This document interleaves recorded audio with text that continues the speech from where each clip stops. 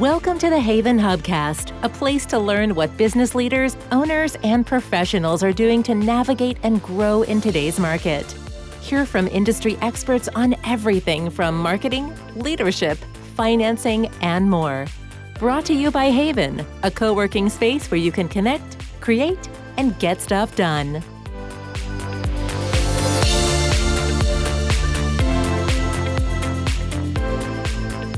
Hello and welcome to another episode of the HAYVN Hubcast. I am your host, Nancy Sheed, and we are mixing it up today. We're going to do things a little bit different.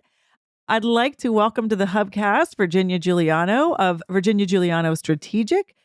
Virginia is a marketing and strategy consultant. Welcome, Virginia. Hi, thank you. And we have Marie Protomastro Patel, woohoo, of Girl on the Ball Solutions. Welcome, Marie. Thank you. Hello.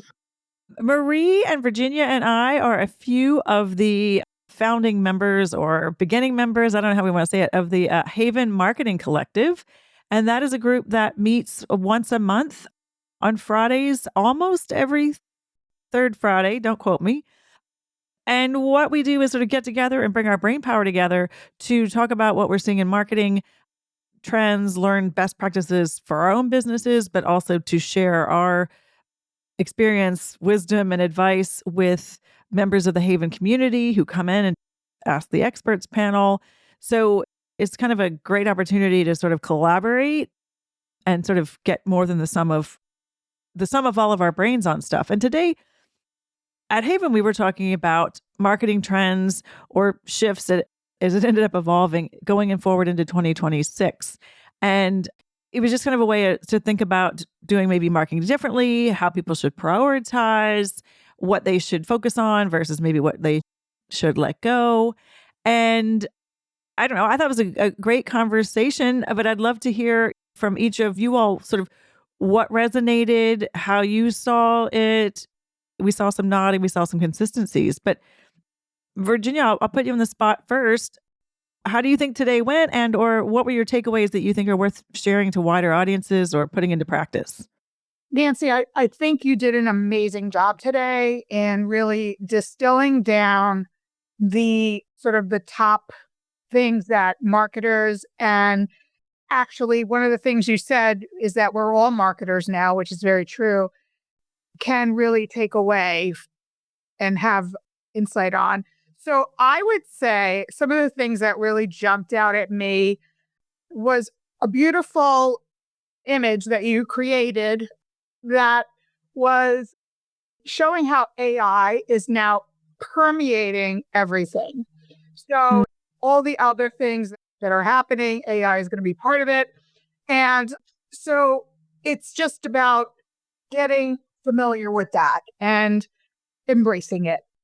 And to me, it's like how it was with the internet when it came out back in the day, and how, everyone kind of thought about it as a separate thing and a separate division in the company as well. And now it's just part of doing business. So that's what AI is going to do. And then also, you really did a great job explaining clarity and how clarity is king, basically. And I really believe that clarity is always king. It's strategy. It's also strategy. You have to be clear on who your target is, how you're going to speak to them, what are you trying to achieve.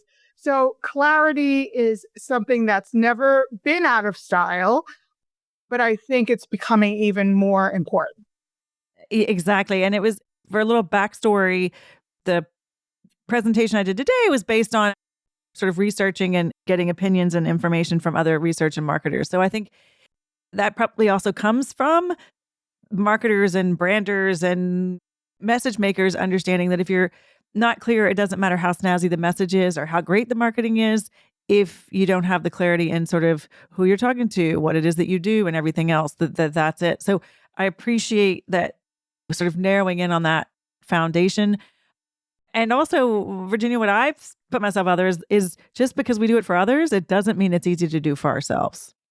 Absolutely. I mean, I think it's a case of like the shoemaker's children are wearing no shoes, and marketers, it's just as hard for us to market ourselves as it is for others. There's just a block there that you really can't see accurately your own, what you bring to the marketplace, how to talk about it. It's hard to be objective. It's not impossible, but it is difficult. So it really helps when you have someone else kind of looking from the outside. And one of the other things, Nancy, that you brought up during your presentation was about content development and content stewardship versus being a content machine. And I thought that was really important because I know that that personally puts both me and a lot of my clients, it really holds us back because you get a little bit intimidated by the amount of content that we're exposed to on a daily basis. And you're always measuring yourself against that. So, but it's really important to just be out there. It doesn't have to be perfect, as you said. That's my big takeaway from today. Yeah. Was that say more, Marie. Don't have to be perfect, and it's not doesn't have to be a performance. That we found in your own marketing. I think you mentioned, something that you put out there that had some personal touch to it, got more likes and more attention than just writing informational content. Something that included something, more human, more everyday and relatable, things like that. So it doesn't have to be so much of a performance, which, eases up on us having that pressure to really put something really polished out there. That was what I thought was the good news out of today, that the pendulum is swinging back to more authentic creation as opposed to something performative. I really enjoyed that part of today. Yeah. Well, as I was putting it together, I was like, am I just writing this to make myself feel better? I don't know. I was like, oh, this sounds great. Oh, that's because this is what I really want to hear is less perfection, less content, more human. I'm like, oh, maybe this should just be the Nancy, the framework. But I do believe in just like I said, these ideas came back from sort of what everybody had said in their survey. I want to go back to the clarity piece for just a minute, Virginia, because when we did the Ask the Experts panel, and so just setting the tone, other business owners come in and they kind of get put on the hot seat and share things. And it is so easy when we start asking them questions where they don't have their clarity. But I felt like that happened a lot today with several people in terms of, as the marketers were like, well, who's this focus? What's that focus? Wait, tell me your name. What about the colors? Oh, you've got 2 Instagram, handles. What's that? So it is very clear on the outside to be confused. And as the marketers and the experts, like teasing that out of people like we did today. But if you're on the other side, you're like, oh, of course it's clear. Of course people know exactly what I'm doing. Of course they understand my services and my brand message. And then they don't. It's not always the case. No, they don't. And that's the value, I think, that marketing brings to the table, is that we're able to really drill down, ask the questions that matter. They're in it, so they can't see it. They say fish don't know they're swimming in water. So you really need to have someone really draw out the information to really help them, the business owner or the owner or the sales department or whomever, really understand who they're going after, what their ultimate goal is, and also just cut through the clutter, because people really get focused on tactics and they lose sight of the strategy. And that's what I always find in working with my clients. Like, I really always try to refocus them. What is the strategy here? And they can get caught up in the clutter of things. And so it's really good to have a sounding board. This is a great way to tie in the conversation we had about AI, right? Like, so I jokingly say AI can do my job. Now, that is not an untrue statement, right? Mm-hmm. But today when I was talking about how AI could help you, we talked about it, Virginia, like build your strategy only if you are either asking the right questions or inputting the right information. Is AI going to be able to support you, right? So we said, like, yes, of course, if you want to walk in and say, hey, ChatGPT, tell me what's my marketing strategy? Tell me what to do. Right? Right. Exactly. Tell me what to do. What's my marketing strategy?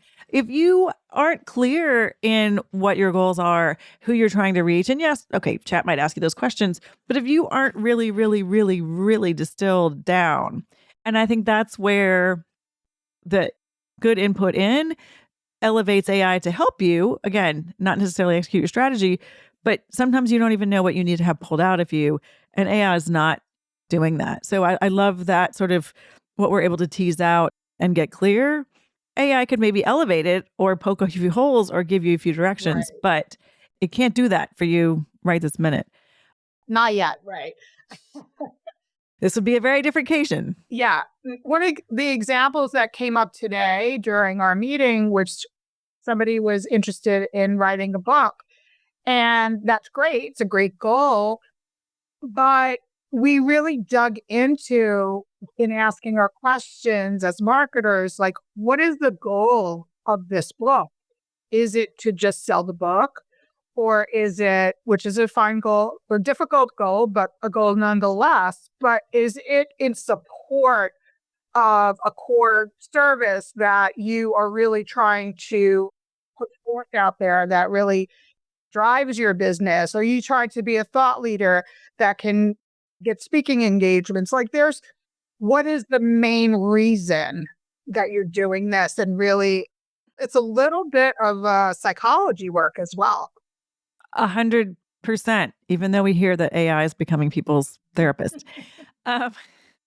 Marie, one of the things we haven't talked about that was in the presentation, and I'm just curious how it resonated with you or would resonate with your clients, is kind of bringing in the humanness back, bringing in like actually connection and or community into thinking about, or as part of how you think about marketing.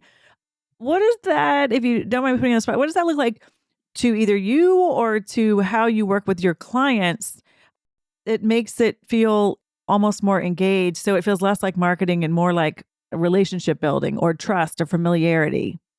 Yes, I do try to get my clients to focus on the fact that it's relationship building. It's people do business with people they know, like, and trust.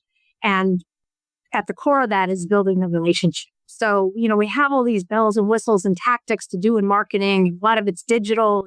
That's not really, it can be impersonal.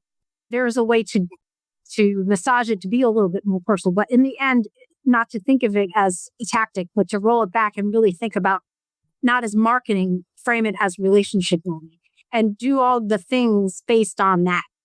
I mean, one of the most, as we know as marketers, one of the top two marketing tactics to use in more of a, when you're selling yourself as a professional service, is to do either, newsletter and or speaking engagement. And in both cases, you really have an opportunity on those platforms to get across who you are, what you're about, how you can help people, and things like that. Either, like I said, in the written word or in a live presentation way. Also podcasts, of course, we get to hear each other and talk and get the human part of it, not just something written. But I think it really does roll back to relationship building. So to hear that your research yielded that we're leading back toward more of a human contact and building community, I mean, that's good news to roll back to the foundation of marketing and relationship. So it's more personal and community. Yeah, I love that. Virginia? Yeah, I want to add to what you just said, Marie. I think it's a great point in that whether you're a business or a business owner, and you said this during our meeting and I wrote it down, it doesn't have to be the full court press of sales all the time. It's about putting expertise in the world. And that is kind of building that rapport, that relationship with your customer or potential customer so that they know that you can be a trusted source of information that can help them. And so whether you're selling a service or you're selling a product, it doesn't have to be constantly about discount or sale. It's about creating a content ecosystem for people to come to you and look at you as a a provider to trust. It's so funny that we use the word content like we do. And I'm just curious, if you're not in the marketing world, if it feels like people though people they're not in the marketing world understand what it is when we say content. And I just remember easily less than 10 years ago when I was like, I want to be like known for being, a content curator. And I was like, nobody in the hell is going to know what content is. And then I realized today, like that was an integral part of the conversation of content. And so I know you guys speak that language. Do you think that resonates with other people now at this time? And maybe it's also, and coming from the book world, it was always like copy, copy, copy. But I said to people, events can be content, images are content, videos are content, right? Like almost everything, a bit like we're all marketers, almost everything we are doing in this world is content, and for good or for bad. But I love it that we talk in that language. And I'm just curious if it resonates beyond those of us that are in marketing speak, or how we train our clients to think about it that way. Well, I think that people outside of marketing are familiar with the word content because of the job content creator has. Exactly. It's more out in front of everybody. But I think when I talk to my clients, they don't understand the full extent of content. In case the examples you just said, it could be events, it could be podcasts, it could be in-person workshops, things like that. I don't think they really know that extent of it. So there was some education. Yeah. And now, but with social media and, Instagram and just how permeated it is throughout our society, I think people, of course, it depends on the demographic that you're talking about. And if they are, some are more savvy than others. But yeah, I think there's a better understanding of what content is these days. But that's a really great question, because we do throw around that term, and sometimes people think that they know what it means, but they really don't. Well, and I think the other thing, a couple of threads. One, Virginia, one of the questions, and you just mentioned it, was if your business is different than you, the service provider, that sometimes that's a little bit different, both in terms of the expertise that's provided and who the personality and the brand is. But also my hope in today's conversation was the takeaway of that you don't have to be a content machine. Like, let's go back to what works, what comes easy. Where are you playing the best? Where do you play in the place that's more comfortable, right? Like, you don't suddenly need to be on video if you cannot stand having, video on. Where are you actually making the best connections and the most aligned? So I don't want to go overboard on people thinking that they have to be always on and making content. I think the hope is thinking about what content means to them and where they're happy making it, or where they've already made it and we can just make more of it, or like I said, repackage it or re-optimize it so that it's discoverable in a different way. Absolutely. Well, today in the meeting where we talked about an extension of what you're saying, how AI overlaps that ability, it enhances the ability now to take something you've created and make it into something else. So that diagram you had in your presentation had a veil of AI over everything we're talking about today. I had developing it, but in particular, I thought in content creation, AI can really help you take one thing that you did and make many other things from it. So I think that there's a more easy use. And then we talked about, if we want to be discovered or found, people are using AI to discover and find. So you've got to also be cognizant of how AI is, I hate to say using you, but how others are using AI to find us or get our information, our expertise, because it goes both ways. It's not just us using AI. Everybody else in the world is going to be using it to find it or discover us, or say, who are the lead marketers in Fairfield County? Or, so how do we, or people get found for that? So that's what I just, I was like, we can't come in here and talk about AI as one siloed thing. We're way past that. Well, I hope this was helpful in terms of shifts and thinking about things. I'm curious for you all, what, the biggest takeaway or aha that you would like either to implement in either in your own businesses, or you see having the biggest impact. I mean, it may be situation specific for your clients, but is there one kind of incremental move you think is going to make a big difference in the next month of maybe changing the trajectory of what had been part of a plan or a strategy? Two things for me, right? The whole thing about not having it to be perfect, not having it to be constant, that's a huge relief. I always need to hear that. And I pass that on to clients as well. And it helps take the pressure off. Other thing is back to authenticity, because if you are just not going to be comfortable with being on camera, then if I force you as my client to do that, it is not going to work. So it really is about, for me, trying to find an authentic avenue for people or businesses to market. So it has to align with them. And I see that as part of my responsibility to help them get there and figure out how to do it, how to get the word out. Love that. I mean, and I'm glad you mentioned the authenticity, because to me, I feel like that always goes with aligned. And I think to call it out is actually really important. So thanks for sharing that, Virginia. Marie?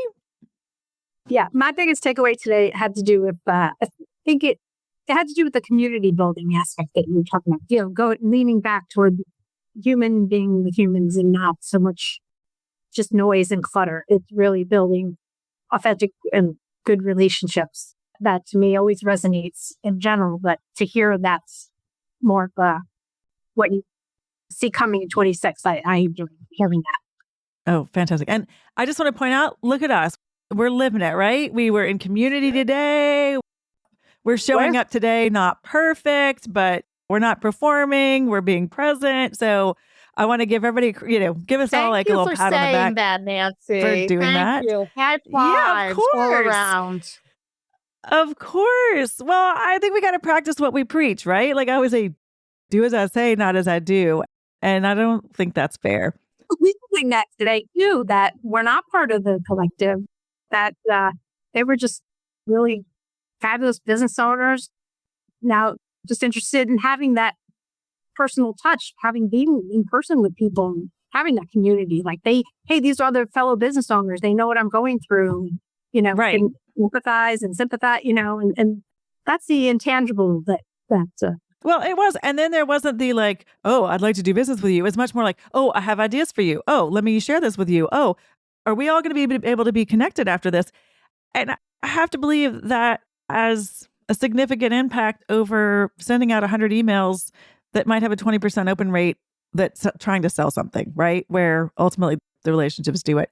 Well, speaking of relationships, I'm very happy and honored to be in relationship with you both and with HAYVN for giving us this space to talk about it, meet other business owners and share marketing expertise. So I would say check out the HAYVN website. There's actually a little drop down. We'll put the link in here for where you can learn more about the Marketing Collective. And Virginia and Marie, I will put both of your information and links in the show notes so people can reach out and connect directly with you.